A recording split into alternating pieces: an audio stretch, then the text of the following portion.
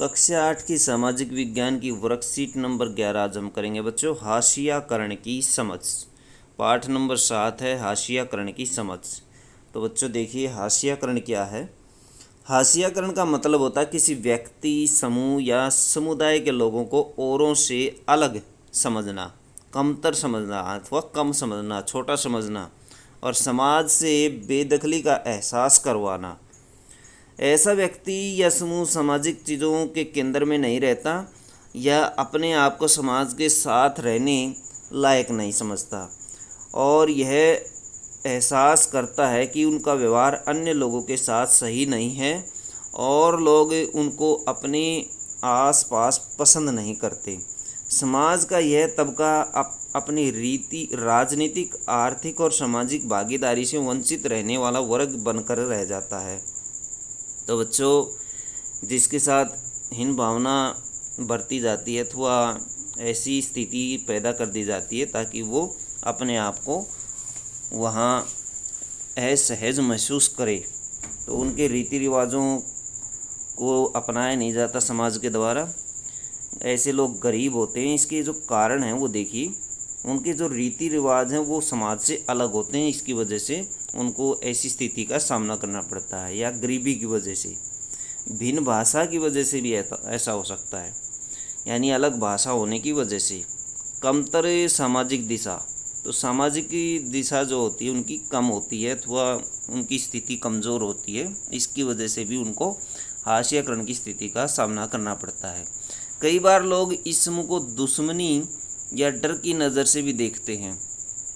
अलग थलग होने की वजह से इस वर्ग के लोग ना तो किसी सरकारी योजनाओं का लाभ उठा सकते हैं और ना ही संसाधनों या उचित मौक़ों का।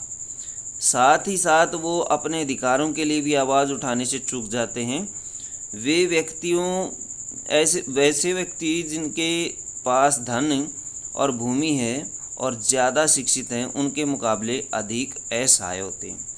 तो उनके मुकाबले जिनके पास ज़्यादा धन और भूमि है, तो ऐसे लोग असहाय होते हैं जो गरीब होते हैं इनके मुकाबले में, धनी व्यक्तियों के मुकाबले में।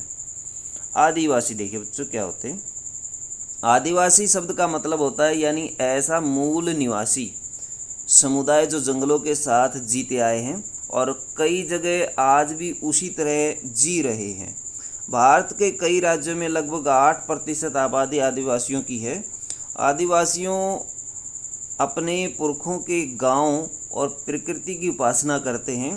प्रकृति में पर्वत, नदी, पशु आदि को अपना निवास स्थान मानते हैं। हमने किताबों और फिल्मों में देखा होगा कि हमेशा रंग बिरंगी पोशाकों में और सिर पर मुकुट लगाए रखते हैं। उनके लिए ये धारणा बनी हुई है कि वे आगे नहीं बढ़ना चाहते।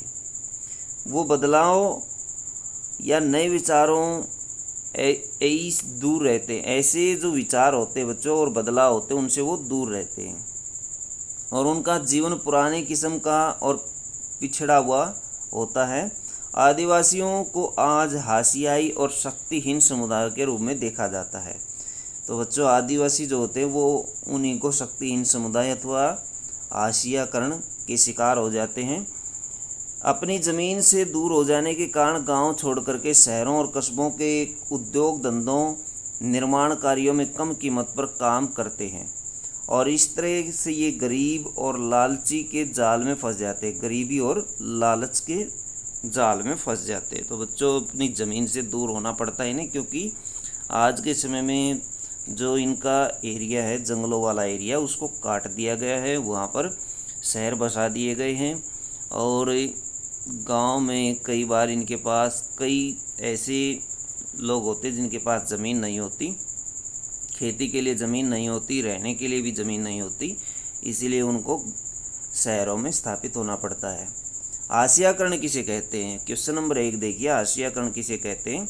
हाशियाकरण का मतलब है किसी व्यक्ति, समूह, समुदाय को औरों से अलग, कमतर समझना और समाज से बेदखली का एहसास करवाना। तो ये है हाशियाकरण बच्चों, जिसमें समुदाय और व्यक्ति के लोग औरों से अपने आप को कम समझते हैं। आशियाई लोग समाज से अलग क्यों रहते हैं? क्यों रहते बच्चों अलग?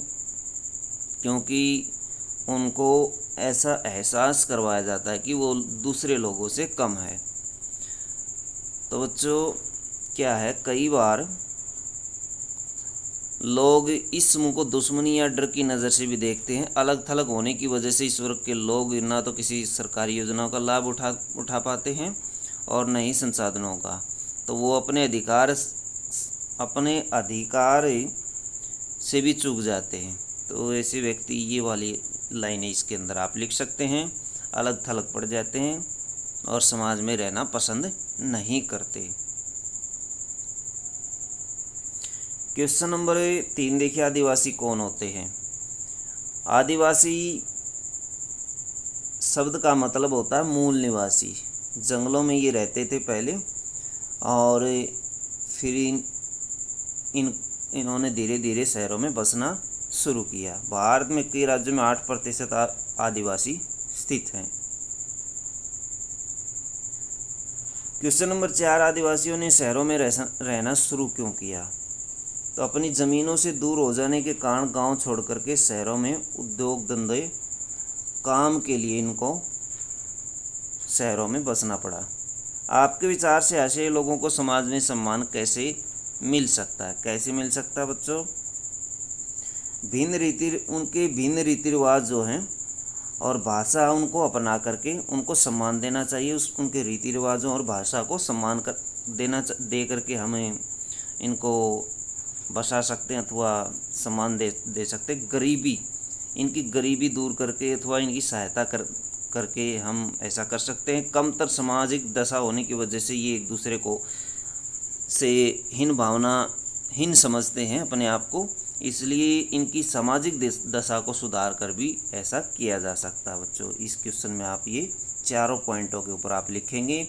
आसियाई लोगों को समाज में सम्मान इन चारों पॉइंटों के ऊपर दिया जा सकता है। तो ये इन पॉइंटों के आप नोट करें इस क्वेश्चन में। तो बच्चों ये थी आपके SST की वर्कशीट। वीडियो अच्छी लगे तो लाइक करें, हमारे चैनल को सब्सक्राइब करें।